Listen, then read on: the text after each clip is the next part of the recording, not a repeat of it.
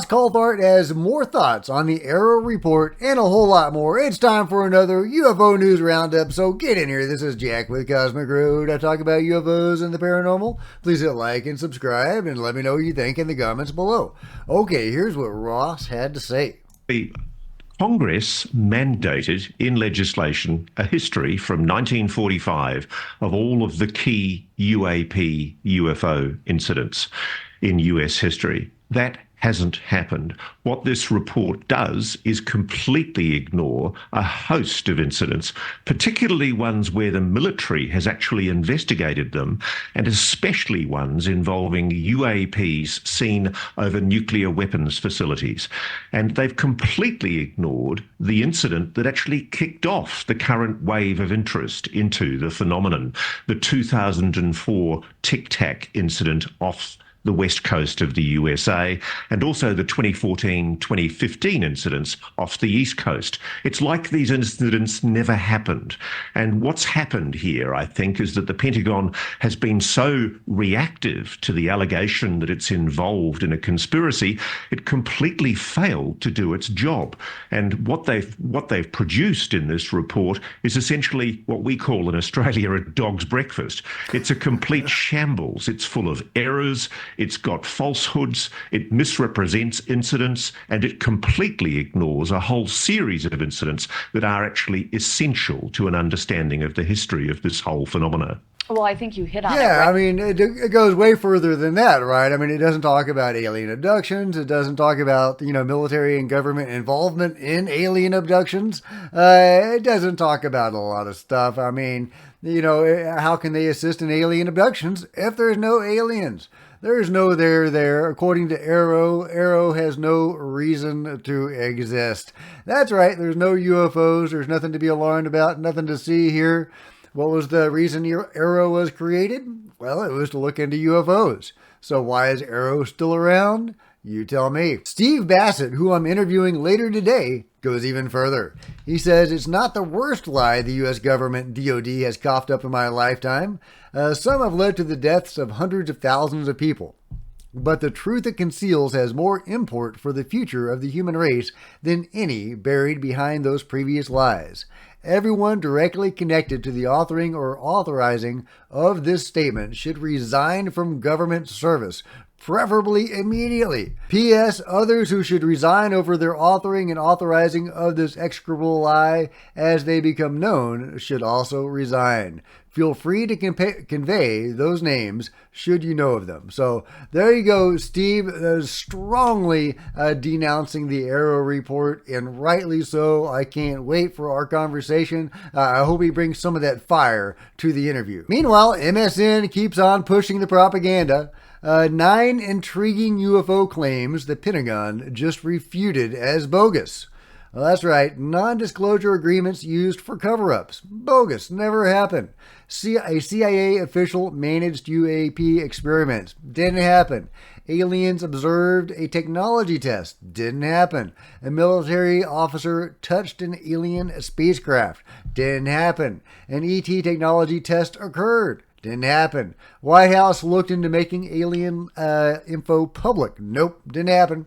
Experiments conducted on a spacecraft sample. Nope. A program called Kona Blue holds UAP information. Nope. A program reverse engineers off-world tech. No, of course not, because how can there be off-world tech? Because there is no off-world tech. But don't tell that to Miley Cyrus, who says she saw a UFO and made contact with an alien. What? Grammy Award-winning artist Miley Cyrus has shared a bizarre but intriguing experience involving a UFO, leaving her shaken for days. Joining the ranks of celebs like Katy Perry and Keanu Reeves, Cyrus is a firm believer in ET life. Describing the encounter as resembling a flying snowplow, the singer detailed how she and her friend witnessed the glowing yellow object, which even caught the attention of other onlookers. Cyrus did consider the possibility that some weed wax might have influenced her perception, but the experience left a lasting impact.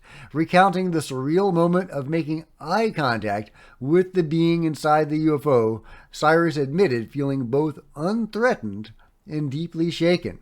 Now, I really love this. That's the reason I'm covering it. I love a young popular celebrity openly talking about this. I think that, that's one way we can make inroads on the general public is by people they follow talking about this. So, yeah, very interesting. You go, Miley. Of course, the government has a lot to cover up, don't they? According to Jon Stewart in a new interview, they've had a crash retrieval program since the 50s. The government has had its own UFO, UAP crash teams since the 50s. I can name them. Right. First of all, the project was called Pounce. The recovery teams were STAR, STAAR. This is in an email in 1999 from a major who was a director of Project Aquarius down at S4 and said, Project STAR was our recovery team in the 50s. So there you go. STAR was the name of one of the recovery teams. Of course, they've had many recovery teams and multiple agencies. Seems like every agency seems to have their own take on this or their own investment in UFOs. But of course, they've been recovering things since at least the 40s. That's when we got the Mussolini UFO and, of course, Roswell and others.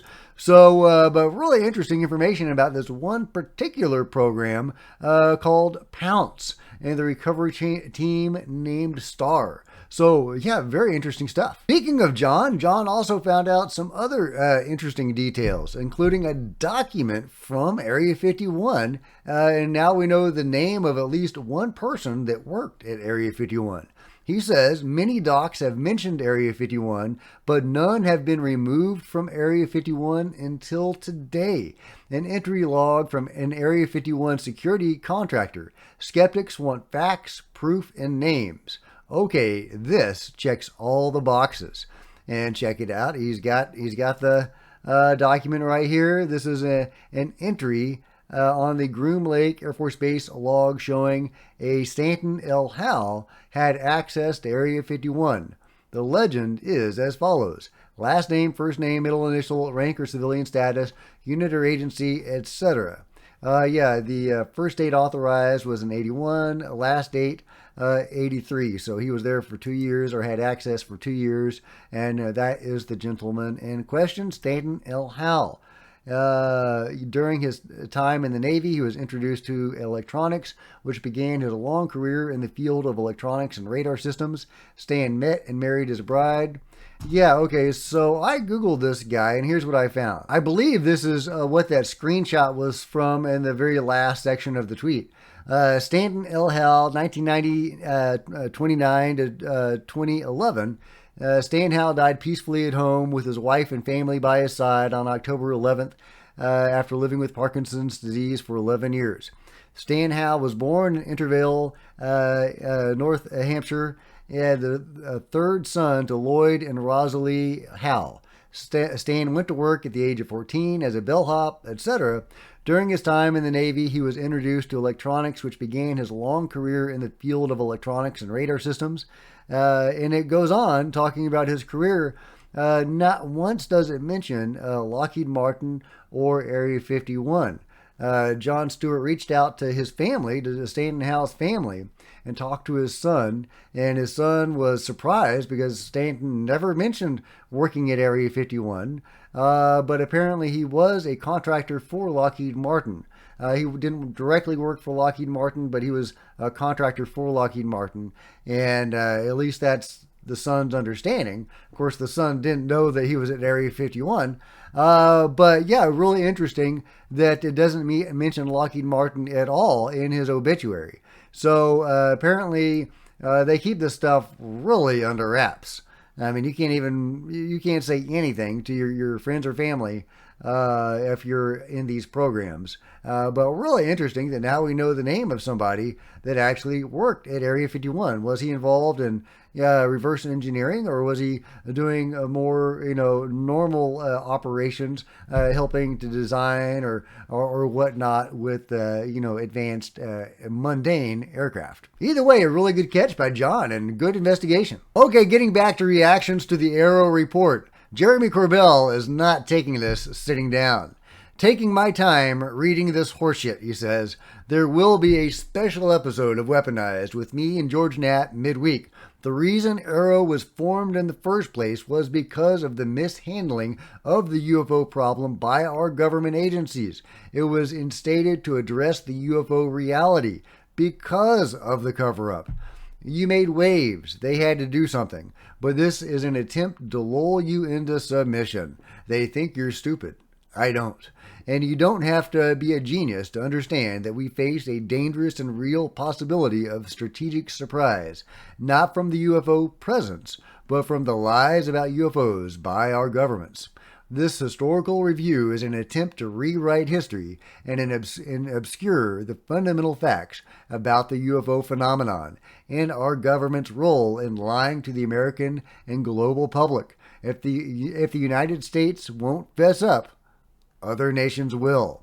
Love it. You get him, Jeremy. Meanwhile, Matt Laszlo and Senator Rounds give us a little update on what's going on with Congress. Let's see.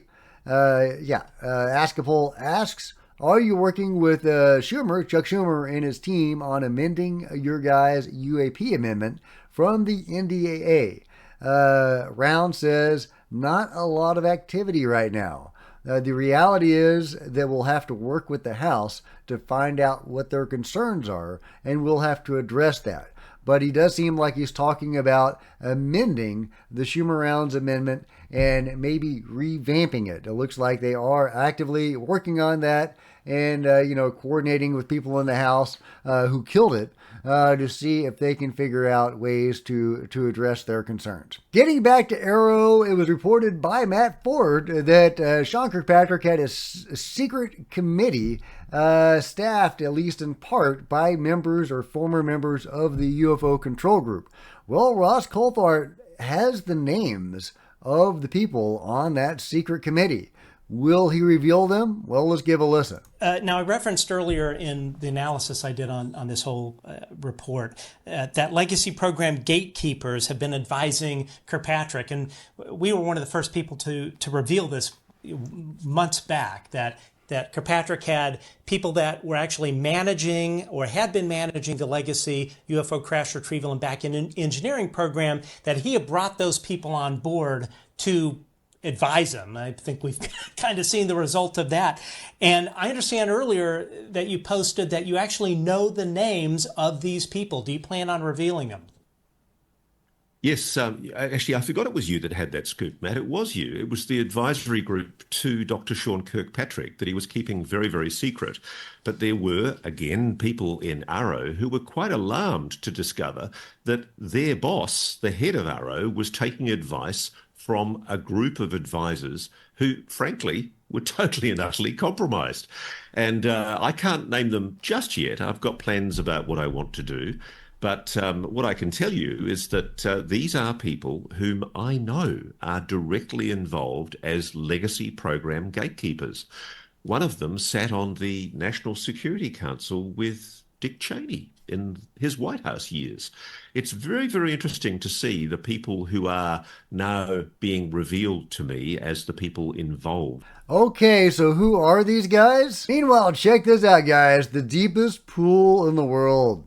Of course, it's in Dubai. Look at that. Man, that's crazy. That is a crazy pool. Oh, my God. Whoa. Whoa. James Cameron would be very happy. Love it. Meanwhile, Garry Nolan, also speaking about the AARO report, says that it referenced a wiki fandom. They literally, this is one of the things from the people on the inside, one of the people who were upset about it. They literally said, we referenced a wiki fandom site for our sourcing. Wow. Wiki fandom. You know what wiki fandom is used for? No. Like the Lord of the Rings, universe trilogies and video games, wiki sites. That's a government report. That's ridiculous. Sounds about right, doesn't it? Meanwhile, a great article on Liberation Times from Chris Sharp. Endgame, the Pentagon establishes path to disaster following release of UFO report. Look at that beautiful graphic too, by the way. That is awesome. I've got to use that as my thumbnail. That is just gorgeous. All right, here we go. In an alternate universe where the CIA was asked to investigate itself following allegations relating to the MK Ultra program, history may have played out differently. Crimes were only uncovered through the courageous efforts of investigative journalists and Democratic representatives. The courage of a few good representatives remains strong today, but sadly, the same cannot be said for journalism. These days, publications like the New York Times are more inclined to do the CIA's bidding in exchange for access, rather than independently scrutinizing the powerful. True investigative journalism in old media is dead. And he goes on, it's just a brilliant article blasting the media as puppets of the Pentagon and furthering the disinformation and the propaganda. So hats off to you, Chris. Way to go. You're awesome. Meanwhile, another crazy, anomalous something or other, whatever the hell that thing is, from DJK. People are getting these anomalous animals these days. Whatever crazy critter that is. What do you think that is? What is that? I mean, could that be a mundane object, just some aerial trash debris or a kite or something? I don't know, guys. I don't know. Yeah, let me know what you think. Meanwhile, there's a cool UFO video making the rounds. Even Ross Coulthart has commented on it. So it seems to be a legit anomalous object. Really interesting. And multiple people have sent this to me. It's a really good, really juicy thing. So let's see what Ross has to say. It's very strongly indicative of a lot of objects that frankly never get explained, that appear in skies, not just over America, but all over the world. All over the world, guys. All over the world. Anyway, a really cool UFO sighting. Let me know what you think about that and everything else covered today in the comments below. And if you've enjoyed this video, please give me a big thumbs up. I sure would appreciate it. Smash the subscribe button and the bell to be notified of future videos. You don't want to miss a thing. Join me on social media, Facebook, Twitter, links below. Love to see you guys there. If you wanted to support Cosmic Road in a bigger way, grab a coffee mug or a t-shirt, or become a channel member. See the first link in the description below. Channel members are rock stars, and I really appreciate you guys' support. Thank you. Meanwhile, there are plenty of other videos on the channel, and I'll see you guys next time. This is Jack with Cosmic Road, signing out.